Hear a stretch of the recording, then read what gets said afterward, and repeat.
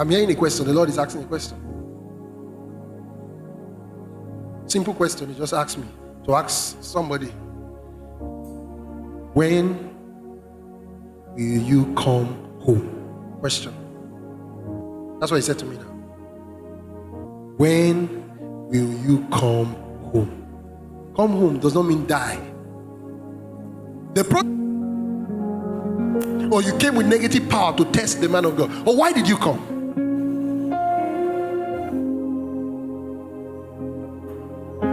Why did you come? No examination. We go to church, no examination. From church to church to church to church, and millions of people going to church. We can't bring God down. Our greatest excitement is, oh, the president is in our midst. Oh, the governor worshipped with us. Did God worship with us? Was God in our midst? Did God come down? Was he smiling? God is seeking for a church of true worshipers who will worship him in truth, who will desire him genuinely from their heart, not because the pastor said so. And one of the first signs that you are seeking God is that there's prayer in your house. There's prayer. You have a prayer place. You have a prayer altar. You have a prayer sanctuary. You are building a house. You build a place for prayer. And you invite people. You don't have to start a ministry. It doesn't have to become a ministry. A place of prayer. Just come to pray. That's the reason we have House of Prayer, HOP. And many of you don't attend. If it was House of Miracle, you will have attended. House of Prayer is close to you. We have houses of prayers all over the state. You don't attend. Your HOP meeting holds on Saturday. You don't attend. You don't want prayer. You want somebody to pray for you, but you don't want to pray. You don't want God. You want God to bless you. You don't want to spend time with him. You want God to give you money. You don't want to love him with your life. That's what we're talking about. That's the reason why the church is the way it is.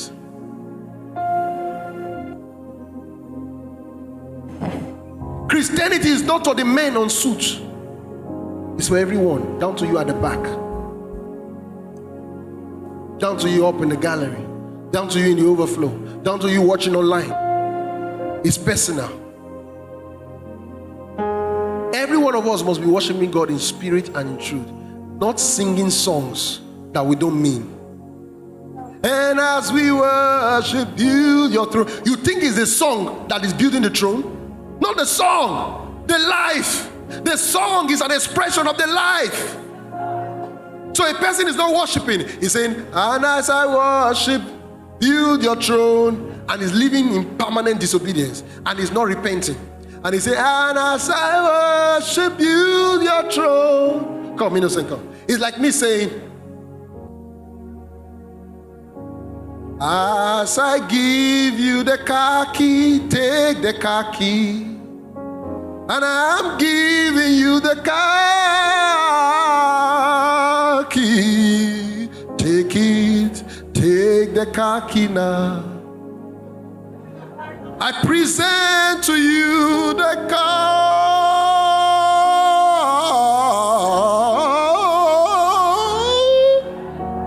Is he giving him any key? So when you claim you are singing a song of worship to God and your life is not worshiping him, you are making noise. You are what? Making noise. When you say, and as I worship you, your throne, as you are singing that, your life is worshiping. Your obedience is speaking.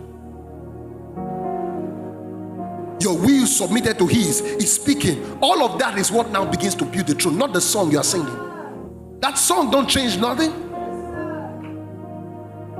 God is not looking for singers. Angels are more melodious than we can be. He's looking for worshipers who with their life worship and with their lips express what their life has already done. Our lips is merely for expressing what our hearts has already done. For with the heart a man believes unto righteousness, and with the mouth confession is made to salvation.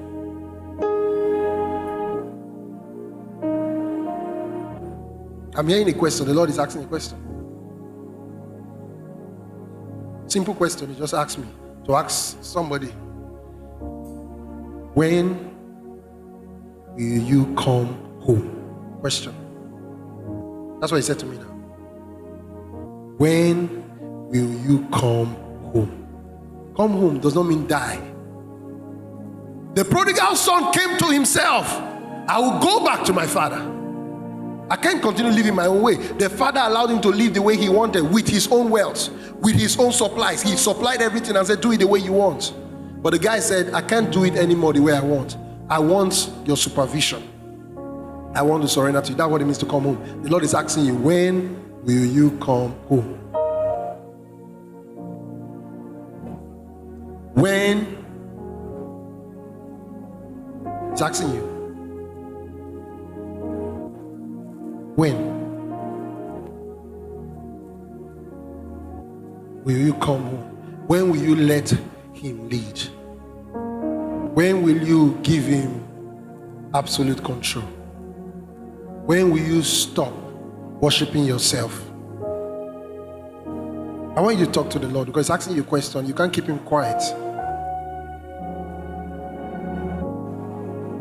When will you become intimate with me? When will you give your heart to me? You heard this several times. You were moved several times. You have been moved several times. But when will you take the step? When will you make the decision?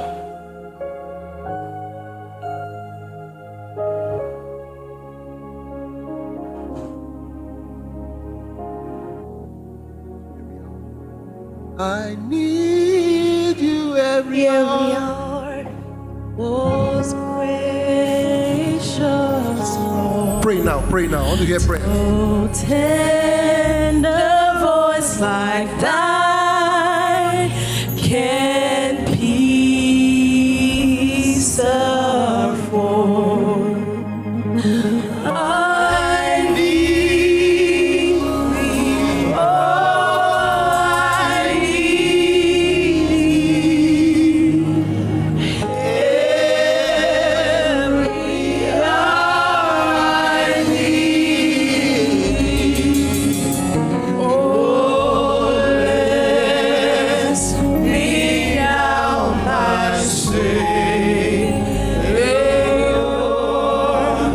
I come to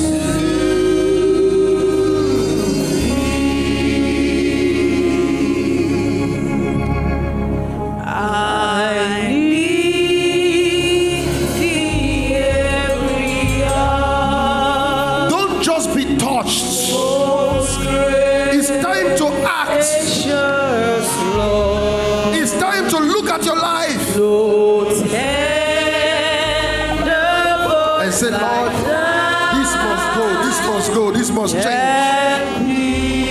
It's time for action.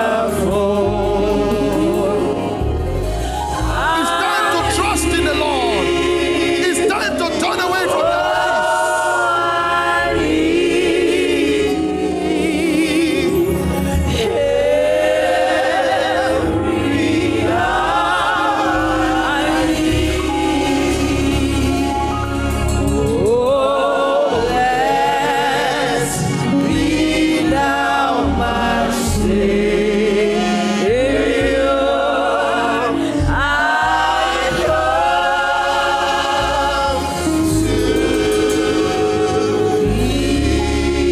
A young man heard a message like this.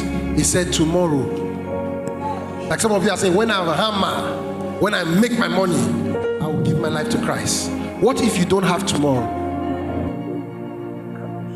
I may be preaching this because there's somebody sitting in this hall that does not have tomorrow. And while you are procrastinating your salvation for tomorrow, you are about to end your eternity in hell. That may be the reason, because this is not my message. I've not even started what I want to say today. There may be somebody, that's how prophets are. We veer off, we seem to veer off. But there may be somebody who doesn't have tomorrow. And tomorrow may not be the way you calculate tomorrow. Maybe next week, maybe next month. There may be somebody who don't have next year. There may be somebody who don't have next month. There may be somebody who don't have next week. And there may be somebody who may not even have tomorrow, Monday. That must take action now. If you are living in unforgiveness, it's time to forgive. If you are living in disobedience, it's time to align yourself with the voice of the Holy Ghost. Because very soon you may not find that voice anymore. Correct yourself. That when you stand up from this church and you are going home, you should be able to say, if I die now on my way home, no devil can claim my soul. If I step out of this church today, I am a citizen of heaven. Not because I'm a pastor, not because I've been born again for 20 years, but because as at now, I'm in alignment with God.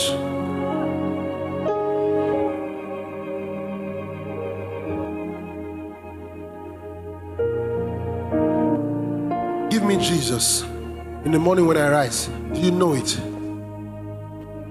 Do you know it?